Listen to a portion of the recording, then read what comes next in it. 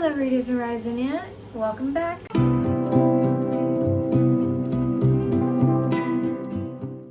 So in this video I will be going over all the books that I did not read. It's only going to be the books that I own physically. We're not going to be going through my Goodreads and going through all of that because honestly that would just take forever. I think I have like 132 books in my to read shelf, so we're just not going to do that. So we're going to be focusing on all these right here. Let's get into it. Where She Fell by Caitlin Ward. This one I got off of thrift books. That's why it's kind of damaged, even though it was supposed to be like new. This is not like new, but whatever. And I got it for free, so that's why I ordered it, despite having all these books. But this one is about a girl that falls into like a hole in the swamp and goes into a cave, and she finds all these people down there. If I'm not mistaken, I think some of them are like humanoids, so like they've kind of like evolved over the years, and she has to try and find a way out. I'll be the first to say it, this one sounds exactly like the horror movie Descent, which is a completely underrated horror movie. It's so good, I highly recommend it. But that's also one of the reasons why I got it, because I love that movie so much. I'm like, yes, I want to read something like that, you know? And I read a few reviews on it before I bought it, and a lot of people do compare it to the movie. So that's there. So yeah, I do really want to read this. I'm really excited about it. I don't know when I'll get to it, but it is one of my shorter books, so I might just try to like start the year with it so I can get it done. The Sound and the Fury by William Faulkner. I actually did not buy this book. A guy actually gave it to me. He absolutely loves William Faulkner, and he's just like, you need to read this. So yeah, I'm not gonna lie, I don't entirely know what this book is about. I kind of know that with the differing perspectives, the grammar and like punctuation changes based on them, which I think is really, really cool. I tried doing that at one point, but it was just it just didn't work for the story that I was writing. So I'm like, let's just keep it normally. And if you hear noises in the background, that's my dog and my cat. I will try to cut that out. I'm so sorry. But yeah, I don't have like a strong urge to read this, but I do want to read it. I do get in times where I'm like, oh my goodness, let's read like a classical book or a Shakespearean book or something like that. So probably when I get into that mind frame, I'll pick this one up. Truly Devious by Maureen Johnson. This one I've heard nothing but good things about, and I absolutely love this cover. I love the color blue. Orange is not my favorite, but I'm willing to overlook that. This one I believe is like a spin-off on, I want to say Shakespeare, Sherlock Holmes. It's a spin-off on Sherlock Holmes. It's about this girl named Stevie, and she is sent to a prestigious private school. I believe they just solve mysteries there. I believe it's like one of those schools. But there was a murderer a few years ago who would kill people and then sign it Truly Devious. So she sets out to solve this case as she's adapting to her school and all that, and then the murderer comes back and begins to kill again.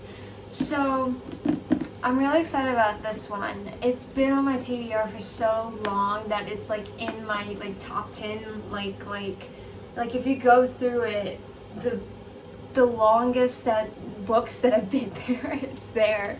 I don't know if that made sense or not. But yeah, I really want to read this. I've heard nothing but good things about this one and the entire series as a whole, and I love a good murder mystery. I just need to be in the right mind frame, but I think I'm kind of approaching that. So The Vanishing Star by Maureen Johnson. This one I can't really tell you anything because this is a sequel. I got this at like a buy two get one free, I think, and this was like the only other book that I was like, okay, yeah, I typically don't buy books in a series after the first one, just in case I don't like it, even though I'm pretty sure like I will. Like with Six of Crows, I didn't buy Crooked Kingdom. I waited until I finished Six of Crows, then I bought it. Like Strange the Dreamer, didn't buy Muse of Nightmares. I waited until I finished it, and I realized I don't really want to read Muse of Nightmares, you know? But this one, it was special circumstances. If I don't like the first one, that's just kind of a shame, but it's not the end of the world. You know, I did get this on discount. But yeah, to avoid spoilers and everything else, I don't read the back of the book. I don't really watch anything revolving about this book. I just know that it's the second book. Cover's beautiful, that's all I can say. Blindness by Jose Saramago. This one I actually have not heard a single thing about. But the Books A Million back home, before it closed down, it had this sale where if there was a sticker on a book, it was only like $2 or $3. And this one was one of those, so I picked it up. I'm like, might as well. So this one, it's interesting within itself. A city is hit by an epidemic of white blindness, which spares no one. So then authorities, military, blah, blah, blah, they come in and they completely just wreck the place. But there is one eyewitness that guides 7 strangers, and the story is about them. This one is actually translated from, I believe it's Portuguese. It might just be plain Spanish. Yeah, Portuguese. I was right. Wow, look at me. But yeah, it's translated in Portuguese. I have read some of it, and like, if you look through it, there are no really paragraph breaks, but it's kind of is like meh, because my eyes, like, if there's no paragraph break, like everything just kind of blurs together, and I'm just like, I have no idea what I just read. But I don't think that'll be too bad of a thing. The premise is very interesting, so I'll just have to find a time slot to read it. A Deadly Education by Naomi Novik. This one I have discussed the issues that surrounded it when it was originally published. I will link that video up there for you guys. I'm not really going to talk about that here, but this premise is very interesting to me. It's like a, I don't know, a dark school fantasy, which you don't really see. It's kind of like Harry Potter, but just a bit more murderous. So basically this entire school that these, I believe they would be assassins, like they're trying to become assassins. Everything is just trying to kill them, and they have to survive. That premise is very interesting to me. I love the trope, I guess, of like trust no one, trust nothing. I can only rely on myself, but in order to survive, I'm going to have to trust other people, which I don't know if that will come to fruition, but I'm pretty sure it will. But yeah, this one is very interesting. I have heard good things about the writing and the plot and all that. Again, the issues I will not be discussing in this video, but yeah, as the book as a whole, I've heard very good things about it, and she did state that she took out those problematic scenes in the newer release, which would be this one, because this one is paperback and originally came out in hardback. So this one shouldn't have any of those scenes in there. Beautiful cover. Love the premise. It's shorter than I thought it was going to be. It's smaller than I thought it was going to be, so I should be able to read this relatively quickly. Contestant Slaughter by Tamara Pierce. This one, it kind of focuses around mages, which is not typically a magic source that I enjoy, but this one I was like, I'll give it a chance because this one seems really interesting.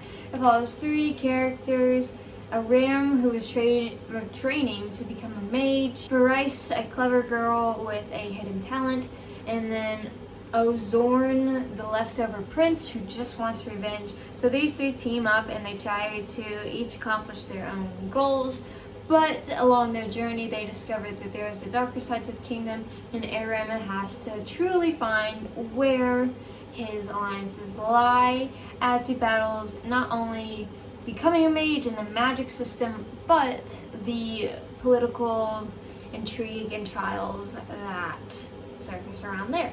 So the reason I picked this one up, despite it following mages and such, is because I believe that this one, it won't really affect me that much. It does seem to have a good enough political stance within it to where I could be like, yeah, I can see how this could make the mage magic worthwhile, or blah blah blah blah blah. I have read one book, it's Sorcery of Thorns, that kind of followed mages. They're kind of like that, I'm not really sure. But yeah, that one I didn't really hate, I just didn't love it. I'm like, oh, this is just a good 3-4 star book, whatever. But this one, it's I don't hear a lot of people talking about it, but its rates on Goodreads are very good. I believe it's like a 4.3. So I'm like, okay, a lot of people really like this. I'm willing to give it a shot. I've heard excellent things about the writing style and just the world and the characters, and I'm excited about that kind of chess game that you have going on, and the kind of give and take relationship that I can see all three of these characters having. The Diabolic by S.J. Kincaid. This one is kind of like a sci-fi-ish one, but I don't see that really getting in the way. Because it seems like a lower kind of sci-fi, not really like space related, kind of like a fantasy sci-fi where there's kingdoms and stuff like that, but the magic system, if you will, is more scientific. But yeah, this one follows a Diabolic whose name is Nemesis, and she has been created with one purpose, and that is to protect Sidonia, who is heir to the Galactic Senate. So I was wrong. It looks like it does take place in space. That's okay. So the only way that she can protect her is to become her. So then she has to kind of weave her way through the courts and all that kind of stuff, and she has to try and find the one thing that she's been told that she doesn't have: humanity. This one I don't really have strong feelings about. Like, it seems really interesting. It seems like I'll really like it. But I can see how like the sci-fi aspect of it could just like throw me off. This one I actually bought because there was only $3 on Books A Million. It was in their discount section, so I was like, yeah, I'll get it. So yeah, it's not like on my top list to read, but I do want to read it. It does seem very interesting, and I do like the premise of, you know, just this person that's been created for one purpose, just like turning against that. So 14 Ways to Die by Vincent Ralph. This one is a murder mystery, and it follows a girl named Jess who lost her mother to the Magpie Killer at the age of 7, and then 10 years later he is still at large and he's killed 13 people. He's looking for his 14th victim. She accepts to go into like this reality show, blah blah, where all of her texts, emails, blah blah, all of her personal life will be aired, and then the Magpie Killer actually begins to text her. So she's just trying to find that one clue that will put him behind bars, but now he's watching her. So this seems like it's going to be a very cool cat and mouse game going between them. I wonder, like I want to know what the Magpie Killer's like signature thing is. The one thing about this book is that the chapters are very, very, very short, and that is just like MJ Arledge's book. All of his chapters are like 1 to maybe 5 pages at most, which makes me read them even faster because, you know, that's just how it works. But yeah, this one I'm very interested in. I heard a lot when it was coming out, and then it's kind of like died down, so I kind of need to go back and like look and see what people are saying. But this one is very interesting. I always love a good serial killer kind of hunt down, if you will. So yeah, I'll probably end up reading this one when I read Truly Devious, because I'll be in that mind frame. So Birds of Paradise by Oliver K. Langmead.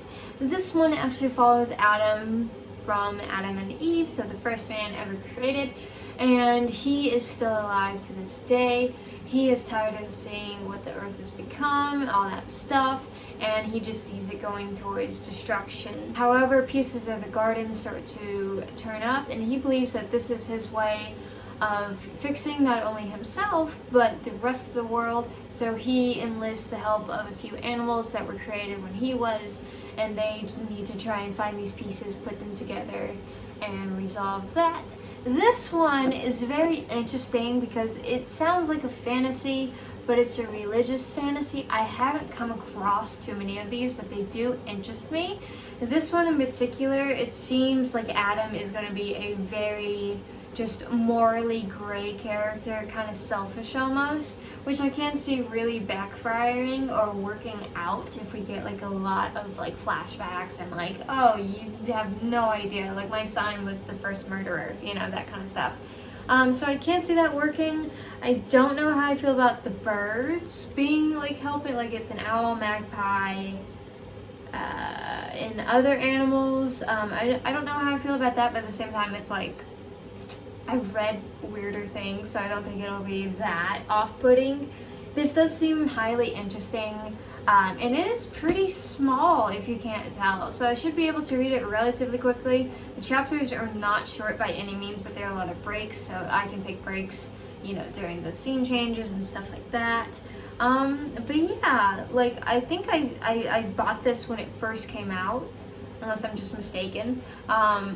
I haven't seen too much of it, but the ratings, if I recall, are very good. So, Agnes at the End of the World by Kelly McWilliams. This follows a young girl named Agnes who actually was born and raised in a cult, and she's not supposed to speak to any outsiders, want to be outsider, blah blah. She's not supposed to do that. However, that all changes when an outsider appears within the camp, and she begins to make friends with him, and she realizes that her perfect little seemingly paradise is not so perfect, and that the cult leader is actually not a good person at all. However, discovering this and trying to leave, she risks losing her family and being killed.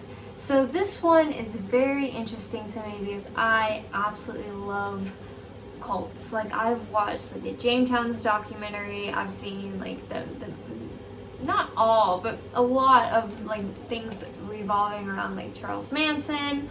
Back when I lived in Chattanooga, there was actually a small little cute peaceful cult called the Yellow Deli. They were really nice people. But yeah, like it's always interested me, and I don't see too many books revolving around it. I think I've only read one other book. It was like Awake or something by like Natasha Preston, if I recall, which was okay. It didn't blow me away. It didn't really do anything. I think I was in middle school when I read it. So yeah, but yeah, this cover is absolutely beautiful, and the chapters here are actually relatively short, so I should be able to breeze through it. This is a thicker book though, but that is a-okay. The premise is absolutely interesting, although the ratings are not the best, but this one doesn't have that much buzz around it, so I'm like, let's just give it a chance. For the Wolf by Hannah Whitten. This one is a fantasy book that I've always wanted to read. I did do a video. I forget which month it was, but it was in my new releases. I'll link that up there for you guys. But this one follows Red, who is the second daughter born in centuries, and she has this power, but she has to be sacrificed in order to appease the monsters and gods and all that. However, she finds out that the monster in the woods is actually a man. Her power is not a curse but a gift, and then the gods are the real monsters, and they are trying to destroy not only the woods but her entire like home. So this one is very interesting. It seems like it's gonna focus around a lot of dark issues. And the cover is absolutely beautiful. But yeah, I got this one like right after it came out because I'm like, oh my goodness, it's a new release in paperback, let's do it. I just haven't really been in a fantasy mood lately, so that's why I haven't really read it. But once I get into that mood, believe me, I am reading this. The Colorado by Kaylin Josephson. This one is the sequel to The Stormcrow, which I absolutely love. It is a highly, highly, highly underrated fantasy book. I really did enjoy The Stormcrow a lot. I love it. I wanted to pick this one up, but it was only in hardback at the time. I was like, so like I found it sometime. It was a Barnes & Noble. I was like, I need to read it. I just haven't been in a fantasy mood, which really stinks because I really enjoyed this book. I really want to read the sequel. I I can't really go into the plot of this one without giving anything away for the first one, so all I say is it picks up right where the first one left off. It involves magical birds, an evil queen, a lovesick prince. Yeah. It's very good. It's highly underrated. I want this book to be as popular as Six of Crows. I really do. You know, I really do enjoy this book. And I enjoy the author too. I do follow her on Instagram. She seems very nice. She seems very funny. She's coming out with a new book soon, which I'm really excited for. So that's really all I can say. And then we have Dracula by Bram Stoker. I'm pretty sure every single one of you knows the premise and plot of Dracula. This one was actually gifted to me by my neighbor. I'm not gonna lie, the cover is not my favorite, but I'm not gonna buy a new one until I've read this. I'm like, this is good. That's what I did with the picture of Dorian Gray. I just changed it out for a cover that I like more. So yeah, this one follows Dracula. Honestly, really all I know about it. That's so bad. I know that it's not like what modern culture has made it out to be, kind of like Frankenstein, which it's Frankenstein's monster, not Frankenstein. Frankenstein was a scientist. Yeah, so this one, I believe it deals a bit more with just moral issues rather than bloodthirsty creature and all that. I know that's part of it. I've kind of seen part of Dracula, the play. And I've seen a lot of movies that represent it, you know, and all that kind of stuff. So I kind of get like a mix of both, but this one I think is really going to tone that down and just like relate to just someone trying to cope in this world. I have no idea. That sounds so bad, but you know, we'll roll with that. I'm rolling with that take. And there you have it. These are all the books that I did not read this year. Some of these books, like Truly Devious, have been on this little middle shelf since January, February. It's quite sad, really, so I am going to make it a goal next year to get through a lot of these, which is going to be hard because for Christmas I did get a few Barnes & Noble gift cards, so I'm just like, oh, I want to spend it, I want to buy new stuff, but at the same time it's like, no, you can't do that. But I probably will buy stuff. Let's just be honest here. I don't know. I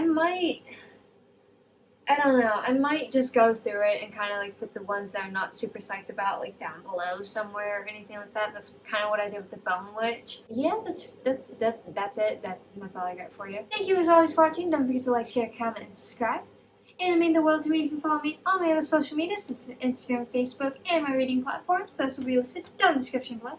And I will see you in the next video. Bye!